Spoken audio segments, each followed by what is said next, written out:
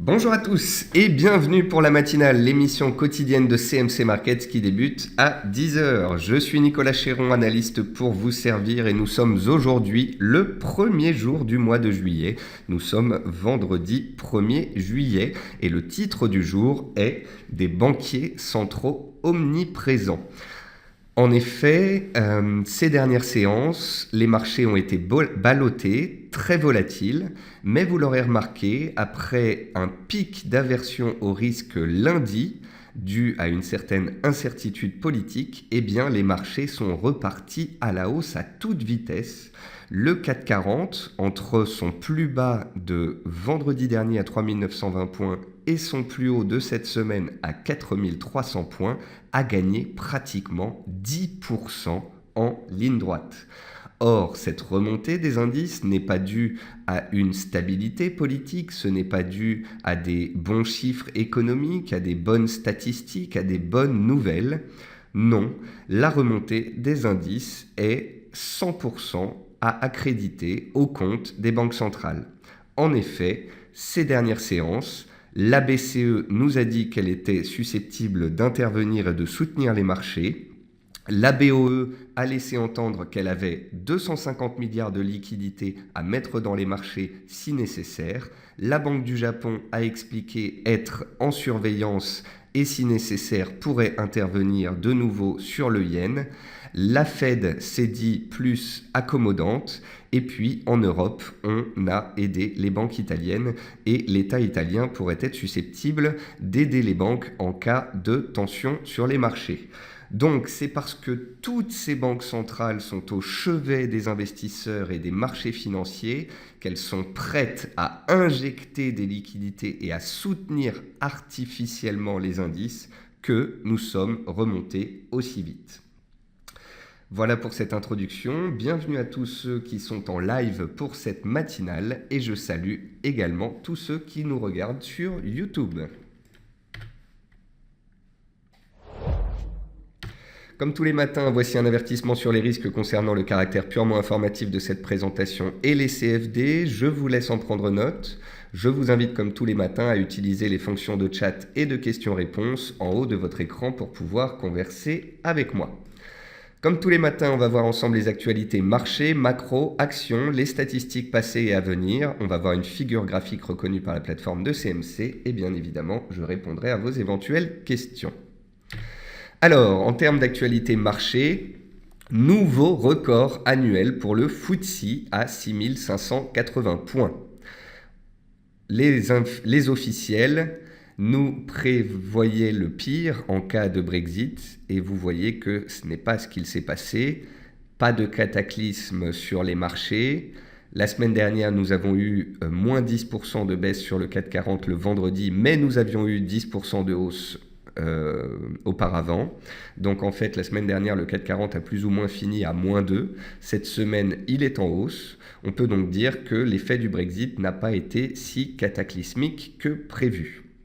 Le FTSE a bien évidemment été aidé par les dires du gouverneur Mark Carney de la Banque centrale d'Angleterre qui a laissé entendre qu'il mettrait à disposition si nécessaire des outils pour soutenir les marchés cet été et qu'une nouvelle baisse de taux sur la livre serait possible. Le SP500 évolue à seulement 2,5% de ses plus hauts historiques. En début de semaine, je vous ai expliqué que tant que le SP500 tenait la zone des 2000 points, il était aussi à long terme et aussi à moyen terme. À court terme, il était devenu baissier. Mais très rapidement, dès le début de la semaine, on est reparti à l'attaque des résistances. On a cassé les 2040 points, on est repassé neutre, on a recassé les 2060 points et on est retourné sur les plus hauts annuels pratiquement. On peut donc dire que l'effet Brexit s'est estompé. On peut également dire que les banquiers centraux ont bien communiqué pour soutenir les indices boursiers. Ces derniers sont désormais sur des zones de prix d'importance. Le SP500 à proximité de ses plus hauts historiques. Le FTSE sur des nouveaux plus hauts. D'autres indices comme le CAC et le DAX ont retrouvé les milieux des ranges dans lesquels ils évoluaient depuis 3-4 mois. Et on verra dans les semaines qui viennent, pendant l'été, avec les chiffres économiques, eh bien, ce que cela donnera pour la suite. La livre teste de nouveau ses plus bas annuels à 1,32. Hier, la livre flirtait avec les 1,35. Elle est repartie violemment à la baisse suite donc au discours de Marc Carney, selon lequel on pourrait donc avoir une baisse des taux en Angleterre. Et bien évidemment, ça a pesé sur la livre. Néanmoins, on peut noter que la livre a réagi sur la zone des 1,32, qu'elle tient cette zone pour le moment. Le pire n'est donc peut-être plus à venir sur la livre. Nouveau plus haut annuel ce jour sur l'argent à 19,4 $. Nous avions parlé de l'argent il y a 2 jours. Je vous avais expliqué que les cours étaient particulièrement haussiers et ce, même quand l'aversion au risque n'était pas présente sur les marchés. Je vous ai expliqué également que l'argent pouvait surperformer l'or dans des périodes haussières, comme cela avait été le cas en 2011. Eh bien, c'est le cas. L'or stabilise autour des 1320-1330 $, alors que les cours de l'argent ont gagné 10% en l'espace de 3 séances. Et puis pour le Nikkei, plus mauvais mois en 4 ans avec une baisse de 9,6% en juin. Le Nikkei est sous pression à cause notamment de la forte hausse du yen depuis le début de l'année que la Banque centrale japonaise n'a pas réussi à enrayer. En termes d'actualité macroéconomique, l'augmentation de la production au Nigeria et au Canada, 2 pays dans lesquels il y avait eu des arrêts momentanés de production, eh bien l'augmentation de nouveau de cette production pèse sur les prix du baril de pétrole WTI. L'Italie peut garantir des liquidités jusqu'à 150 milliards aux banques italiennes en cas de tension sur les marchés pour une période de 6 mois. Marc Carney, gouverneur de la Banque centrale d'Angleterre, a laissé entendre qu'il mettrait en place des mesures pour stimuler l'économie après le Brexit. Valdis Dombrovskis, responsable de l'euro au sein de la Commission européenne, estime qu'il n'y aura pas d'élargissement de l'Union européenne pendant 3 ans au moins. Et puis S&P a baissé la notation de l'Union européenne de AA+ à AA. Vous pouvez noter donc que dans les actualités macroéconomiques, il n'y a aucune bonne nouvelle. En fait, lorsqu'il y a de très mauvaises nouvelles, comme par exemple le fait que les banques italiennes soient dans une situation précaire, eh bien, le fait que les banquiers centraux, le fait que l'État italien soit au chevet des banques et soit prêt avec des liquidités, eh bien, suffit aux indices de repartir à la hausse. Les banques italiennes étaient en hausse en moyenne de 3% ce matin à l'ouverture. C'est la même situation en Angleterre. Il y a une indécision politique. Il pourrait y avoir une baisse du PIB anglais suite au Brexit. Mais toutes ces mauvaises nouvelles sont effacées par le fait que la Banque centrale d'Angleterre et son gouverneur sont prêts à mettre en place de nouvelles mesures, à baisser les taux potentiellement. Donc voilà, à chaque fois qu'on a des mauvaises nouvelles, en Europe, en Angleterre, en Italie, vous pouvez constater que les banques centrales arrivent toujours avec les mêmes outils, baisse de taux et quantitative easing, afin de soutenir artificiellement les marchés. Et jusqu'ici, eh bien, cela fonctionne. Côté entreprise, bioMérieux a reçu l'accréditation de la FDA, donc la Federal Drug Administration aux États-Unis, pour étendre l'usage du test VIDAS-PCT. bioMérieux travaillait ses nouveaux plus hauts annuels et historiques ce matin. Edenred, qui était déjà bien orienté mercredi, continue de grimper. La société a annoncé la nomination d'Arnaud Hérulin au poste de directeur général Europe du Nord, qui vient d'être créé au sein de cette société. EuropaCorp, la société de Luc Besson, a publié une perte nette de 27,7 millions en 2015-2016, plaidant pour une année de transition. Renault dévoile l'Alaskan, un pick-up d'1 tonne de charge utile. Et puis Euraseo acquiert un portefeuille de 85 hôtels économiques et milieu de gamme. Dans les meilleures et les moins bonnes performances du CAC, vous pouvez voir que dans les hausses, on retrouve Peugeot et Renault qui profitent également des bons chiffres de l'automobile en Europe qui ont été publiés ce matin. On retrouve également ArcelorMittal dans le secteur des matériaux de base qui profite de la hausse des matières premières. Et dans les baisses, vous voyez qu'on n'a pas de baisse de plus de 1%. On est donc toujours dans un marché plutôt d'appétit pour le risque. Côté statistiques passées, on a eu dans la nuit la publication du PMI KXIN manufacturier en Chine qui est ressorti inférieur aux attentes à 48,6. Hier, les inscriptions au chômage aux USA sont ressorties en ligne avec les attentes à 268 000. Et puis l'indicateur Chicago PMI est ressorti supérieur aux attentes hier à 56,8 au lieu des 50,6 attendus. Ce matin, à 10h, l'heure de la matinale, on avait le PMI manufacturier en Angleterre. À 10h30, on aura le PMI production industrielle. À 10h, c'est le PMI en zone euro. À 10h30, le PMI de production industrielle en Angleterre. À 11h, les chiffres du chômage en zone euro. Et puis cet après-midi, à 15h45 et à 16h, on aura des chiffres américains, le plus important étant l'ISM manufacturier à 16h. Donc voilà pour les statistiques. Et pour finir cette présentation, voici une figure graphique reconnue par la plateforme de CMC Markets. C'est un biseau descendant noté 5 sur 5 sur le titre Valorec en données journalières.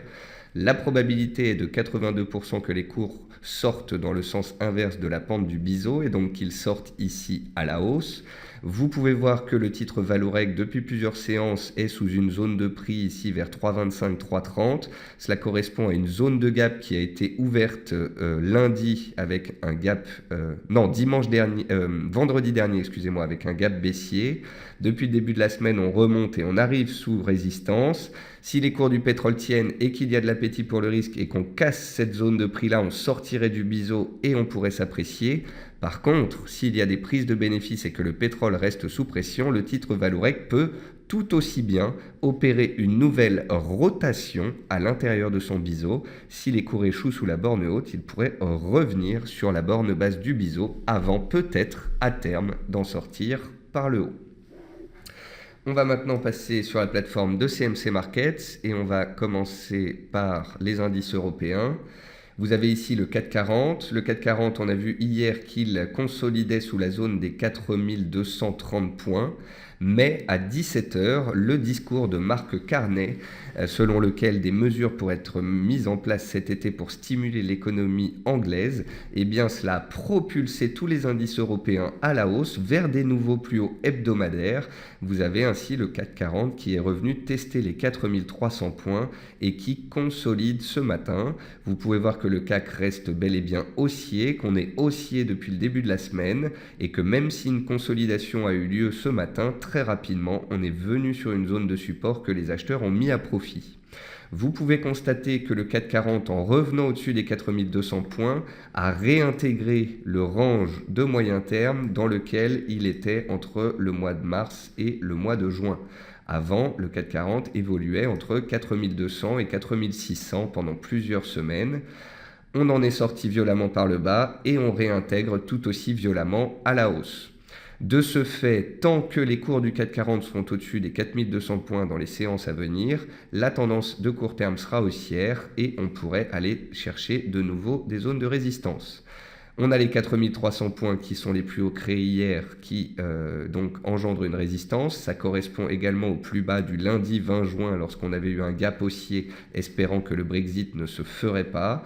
Donc voilà, vous avez une zone de résistance ici. Si elle casse, on pourrait aller chercher la centaine un cran plus haut à 4400 points, ici, et ainsi de suite. Donc tant qu'on tient les 4002, on peut aller challenger les 4003. Au-dessus des 4003, on irait chercher les 4004. À court terme, en l'absence de mauvaises nouvelles et parce que les banquiers centraux sont un soutien inconditionnel au marché, eh bien, tant qu'on sera au-dessus des supports, les acheteurs garderont la main. C'est la même chose sur le DAX. Le DAX, néanmoins, on notera qu'il est en retard par rapport au CAC 40. Le CAC 40, vous voyez, a testé ses plus bas du lundi 20 juin à 4300 points. Ça correspond à 9850 sur le DAX et le DAX s'est arrêté à 9800 points. Il est donc un peu moins punchy que le CAC. Par contre, il faut noter une chose, c'est que le DAX, lui, contrairement au CAC, n'était pas sorti du range dans lequel il était depuis 4 mois. En effet, depuis 4 mois, le DAX évolue entre 9350 et 10 450, 10 500 points. Suite au Brexit, on est passé de la borne haute du range à la borne basse du range. La borne basse a tenu et les acheteurs se sont présentés. À court terme, vous voyez bien que les plus bas sont de plus en plus hauts, que les résistances cassées deviennent des supports. Tout comme sur le 440, à court terme, les acheteurs ont la main. Tant que le DAX sera au-dessus de la zone ici des 9500 points, eh bien, il aura une pente haussière et pourra continuer de grimper. On notera donc ici une zone de résistance à 9800 points. Elle correspond au plus haut de la journée d'hier et au plus bas de la journée du vendredi 10 juin. Donc voilà, si l'appétit pour le risque perdure et qu'on casse des résistances, on ira chercher les prochaines, avec sur le DAX ici une zone de résistance vers 10 050 points et la moyenne mobile à 200 périodes. Si au contraire la semaine prochaine on a des prises de bénéfices et on consolide, on pourrait très bien évoluer dans un range entre les supports précédemment acquis et les résistances inscrites hier en fin de journée. On va regarder également le FTSE. Et le FTSE, comme je vous le montrais hier, était sous résistance, c'est plus haut annuel et il a cassé sa résistance. Voici le FTSE en données hebdomadaires. Vous pouvez voir qu'en 2015, il était fortement baissier. Il faut dire que dans le FTSE, il y a beaucoup de sociétés minières et sociétés qui dépendent des matières premières. Donc, puisqu'en 2015, toutes les matières premières se sont cassées la figure, eh bien, le FTSE a été sous pression. En début d'année, comme je vous le disais hier, eh bien, le FTSE a été plus fort que les autres indices et au mois d'avril, il était venu inscrire des nouveaux plus hauts annuels et il était même passé dans le vert, contrairement au CAC et au DAX qui sont restés négatifs tout le long de l'année. Et vous voyez qu'avec le Brexit, le FTSE avait fini à l'équilibre et cette semaine, il explose littéralement à la hausse de pratiquement 10% entre ses plus bas et ses plus hauts. Le FTSE profite du discours accommodant de Mark Carney, d'une BOE en soutien avec des baisses de taux éventuelles. Et tant que la Banque centrale est en soutien et que l'on baisse les taux, eh bien, il y a des liquidités sur les marchés. Et qui dit liquidité dit hausse des actifs risqués. Et on va passer pour finir sur le SP500. Et le SP500 qui avait échoué juste à 0,5% de ses plus hauts historiques. Il a chuté vendredi dernier à cause du Brexit. Lundi, à cause de l'incertitude politique, on s'est fait des frayeurs dans la zone des 1990-2000 points qui était la zone clé support que j'avais identifiée. On s'est violemment repris mardi, signe de retour à l'achat des investisseurs. Mercredi, on a cassé les 2040 points, on a réacquis la zone précédente de cours sur laquelle on était posé en avril, en mai et on était au-dessus en juin. C'était très positif. Mercredi, je vous ai dit, on a même cassé la moyenne mobile à 15 séances.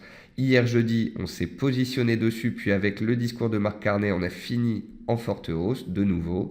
Et aujourd'hui, on consolide gentiment. C'est la fin de la semaine, il y a des petites prises de bénéfices.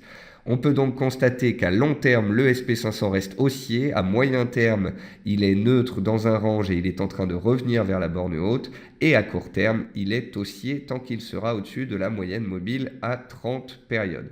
Si le SP500 devait consolider, il pourrait revenir vers la zone des 2065 points et de sa moyenne mobile à 15 périodes. Et tant qu'on sera au-dessus de ce support-là, eh bien les acheteurs garderont la main. À la hausse, il faudra casser les 2100 pour pouvoir espérer retrouver les plus hauts annuels, voire même les plus hauts historiques.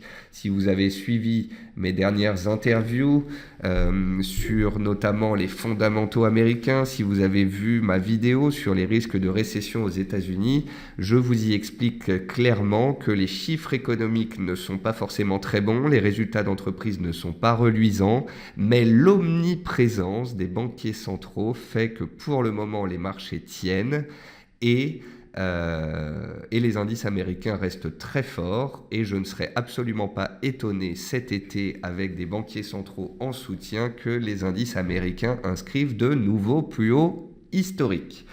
Donc voilà, merci à l'analyse technique de nous permettre d'être restés factuels. Très rapidement, en ayant testé des supports vendredi dernier et les ayant retestés lundi avec succès, nous savions que les acheteurs ne perdaient pas la main et qu'un retour à la hausse pouvait se faire. Les banquiers centraux étaient en soutien, j'ai écrit à ce sujet, je vous en ai beaucoup parlé, et donc même si les fondamentaux ne sont pas très reluisants, tant que les liquidités seront présentes, tant que les banquiers centraux baisseront les taux et feront du quantitative easing, eh bien les marchés seront artificiellement administrés et soutenus.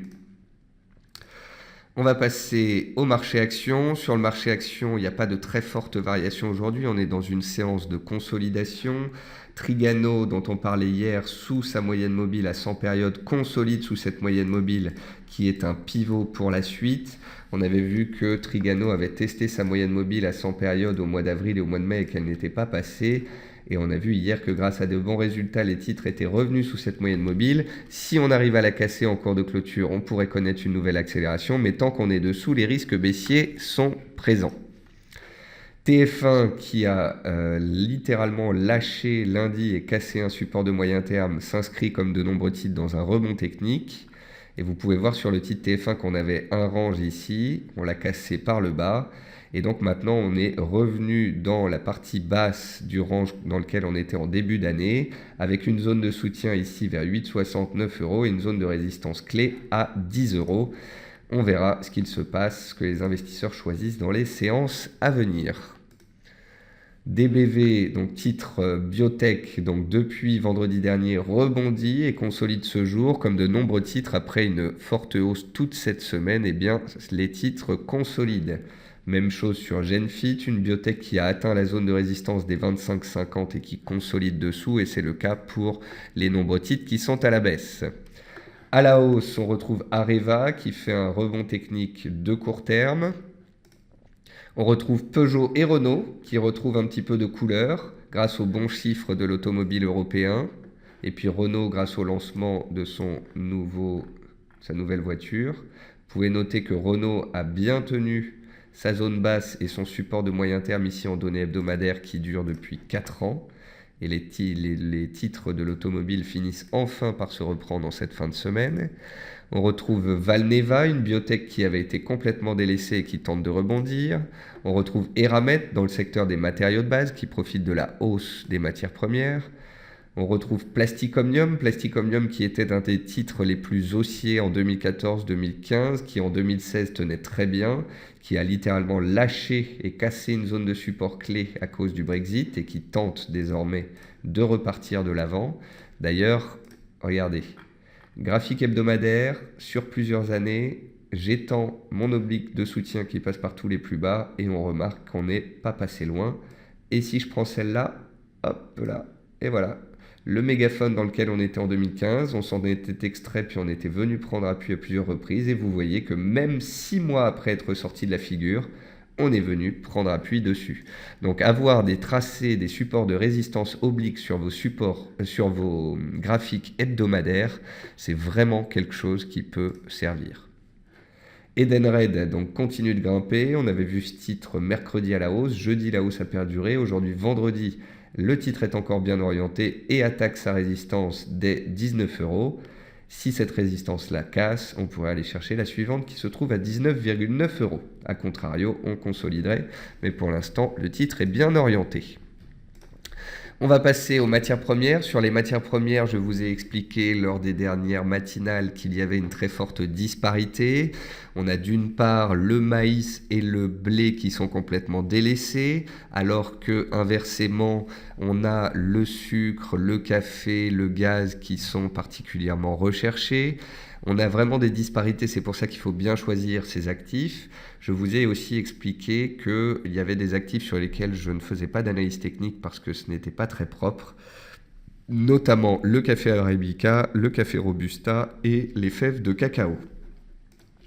Donc, voici le gaz pour commencer. Le gaz, les stocks de gaz sont ressortis hier et les cours se sont maintenus à la hausse à l'intérieur du canal haussier que nous avions précédemment identifié. Ce matin, les cours du gaz travaillent leur plus haut annuel à 2,91, 2,92. Si on arrive à casser cette zone de prix, on pourrait continuer en direction de la prochaine résistance majeure qui se trouve à 3,10. Si et seulement si à un moment on sort par le bas de ce canal, alors la tendance passe de haussière à neutre. En attendant, tant qu'on est dedans, les acheteurs ont la main.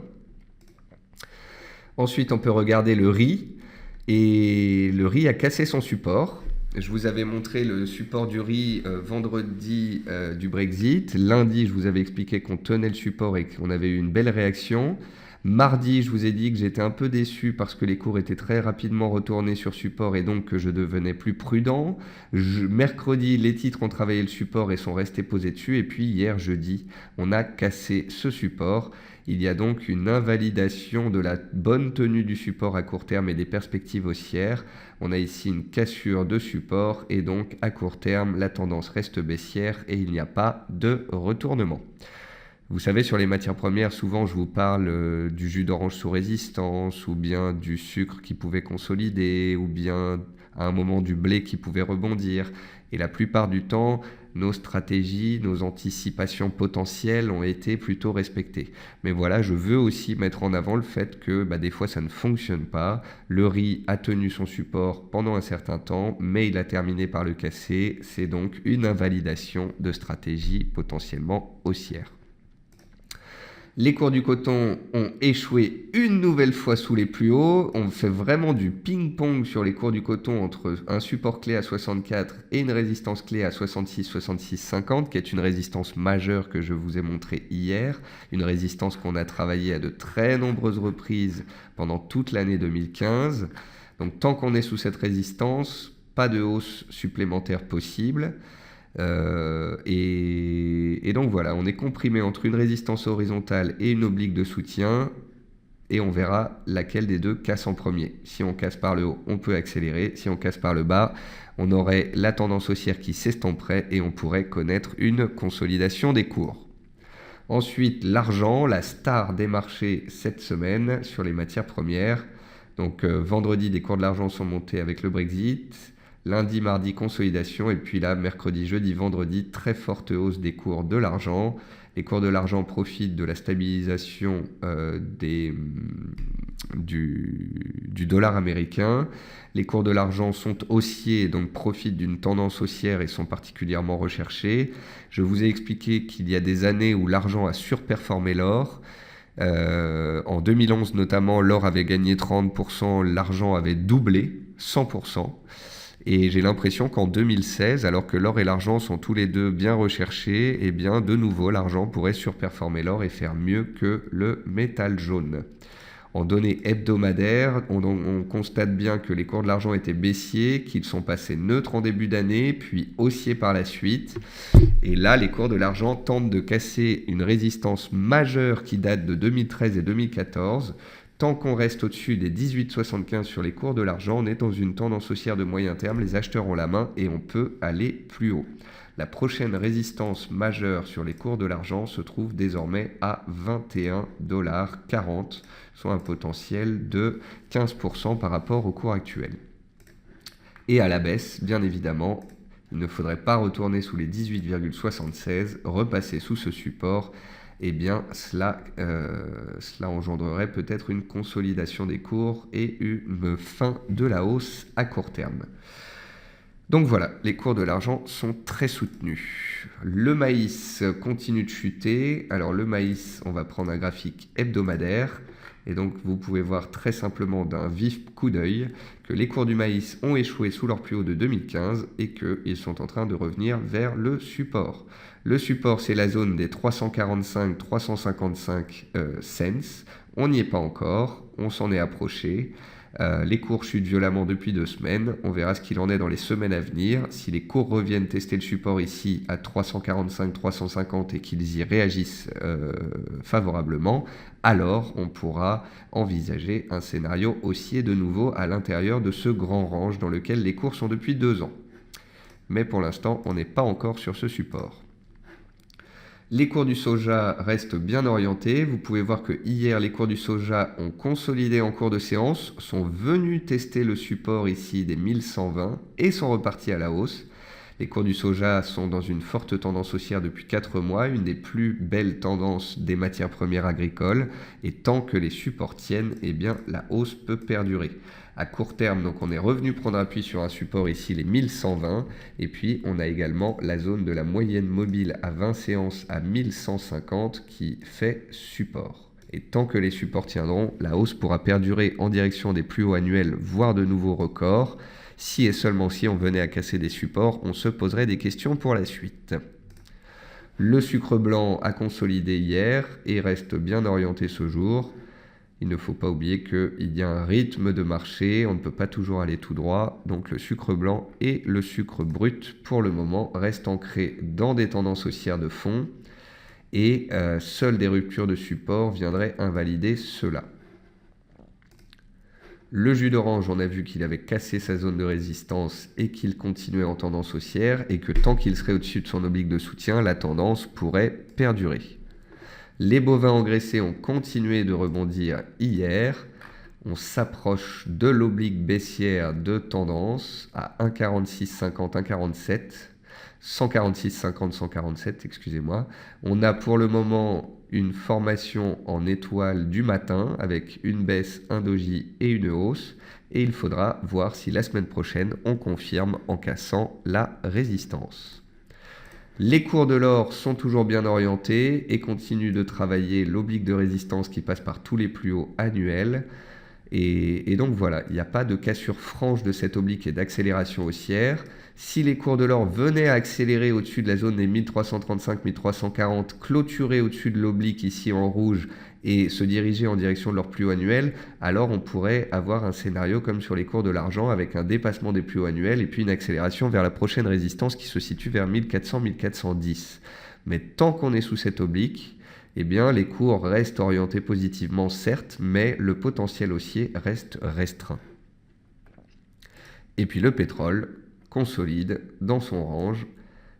Les indices sont montés toute la semaine et là, ils se stabilisent. Eh bien, les cours du pétrole qui ont également bien rebondi se stabilisent à plat en attendant des catalyseurs. Et puis, comme je vous le disais, les cours du pétrole sont sous pression puisque la production au Nigeria et au Canada, eh bien, a repris. Et puis sur les paires du Forex, c'est pas grand chose à vous dire, c'est comme les indices, ça reste soutenu, mais on est dans des ranges. On est dans un range sur l'AUD qui va s'approcher bientôt de sa résistance à 0,75. Si on arrive à la dépasser, eh bien on pourrait de nouveau accélérer. A contrario, sous 0,75, on refluerait. C'est vraiment une zone de range, donc on attend une cassure éventuelle. Sur l'euro-dollar, on est flat, comme depuis pratiquement le début de la semaine. On travaille la zone des 1,10, 1,11. À 1,08, on a un support de moyen terme. À 1,12, on a une résistance de moyen terme. J'attends qu'on atteigne un de ces deux seuils pour pouvoir faire des stratégies. Pour l'instant, on est un peu au milieu de nulle part. Ensuite, la livre. La livre, elle a fortement chuté avec le Brexit. Elle a tenté un rebond sur une oblique qui passe par tous les plus bas annuels. Malgré une baisse de taux entrevue hier par Mark Carney, eh bien, les cours ont chuté, mais ils ont tenu les plus bas annuels en cours de clôture à 1,3220. On est en train de se stabiliser en range. Je ne dis pas que la livre ne va pas continuer à baisser, mais il faut s'en méfier, car peut-être que le pire est passé pour la livre. Si dans les séances ou semaines qui venaient, eh bien, Mark Carney baissait les taux et que la livre venait de nouveau tester son oblique de soutien et la zone des 1,30, seuil psychologique, et qu'on y avait une réaction, on pourrait tenter de créer un point bas sur la livre. En résistance clé, on a les 1,35 testés à plusieurs reprises en cette semaine. Et puis au-dessus, on a les 1,3630 qui correspondent à la clôture du jour du Brexit de vendredi dernier. Donc support clé 1,32 et puis l'oblique ici vers 1,3080, résistance à 1,35 et 1,3630. Et puis pour finir, dans les paires en dollars, la paire la plus haussière, le NZD, est dans un canal haussier, a travaillé le bas de son canal vendredi et lundi dernier et depuis est reparti à la hausse. Vous pouvez voir que le canal ici du NZD est très bien respecté. La zone de support, c'est les 0,7030, le bas du canal, et l'objectif théorique haussier, c'est un retour à 0,73, 0,7350, soit la borne haute du canal. Et donc concernant le dollar, on continue, comme je vous le disais, de se stabiliser à plat. Voilà, on a fait le tour des marchés pour ce vendredi. Aucun facteur positif en termes de statistiques ou de macroéconomie. Le seul facteur qui fait que les marchés montent, c'est l'omniprésence des banquiers centraux qui administrent les prix des monnaies et des indices. Tant qu'il n'y a pas de grandes mauvaises nouvelles, de chamboulement politique, de perte de confiance dans les banquiers centraux, eh bien les acheteurs sont là, ils ont repris la main sur les indices boursiers, on est monté toute la semaine et on stabilise à plat ce jour. On verra en début de semaine prochaine ce qu'il en est. Tant qu'on est au-dessus de 4200 points sur le CAC, on peut continuer de monter. Et à 4300, on a une résistance. Si on la casse au-dessus, on a les 4004, puis les 4005, les 4530 et les 4006. À la baisse, si on cassait les 4002 en début de semaine prochaine, on se poserait des questions sur la pérennité de la hausse et on se remettrait de nouveau peut-être en situation de danger avec en support les 4150 et les 4100 points. En tous les cas, tant que le SP500 est bien orienté à la hausse, je ne serais pas étonné qu'il revoie ses plus hauts annuels, voire de nouveaux plus hauts historiques. Et si tel devait être le cas, cela signifierait que les indices européens ont encore un petit peu de potentiel. Anil me dit quels sont les sites que tu emploies pour trouver les news pour les matières premières en français si possible. Alors Anil, vous pouvez d'une part vous inscrire à la newsletter de CMC Markets qui est envoyée tous les matins. Elle est super, je la lis tous les matins et je glane des informations dessus. Pour les résultats d'entreprise, je vais sur le site Zone Bourse. Et pour les matières premières, je suis abonné en fait à AGS Player. C'est un compte Twitter d'une personne qui est spécialisée dans les matières premières et qui tous les jours publie les achats, les ventes et les stocks des matières premières dans les différents pays. Anil me dit quel livre de formation pour connaître toutes les figures chartistes. Vous pouvez aller voir du côté de Martin Pring, où vous pouvez aller voir Analyse technique, théorie et méthode de Thierry Béchu. Et vous avez dedans toutes les figures graphiques. Frédéric me dit bonjour Nicolas, en données hebdomadaires peut-on tracer une oblique de support long terme démarrant en septembre 2014 ? Sur le maïs, Frédéric, je vais être très clair et c'est pour ça que j'ai insisté là-dessus. Ce sont les niveaux horizontaux qui sont les niveaux d'importance.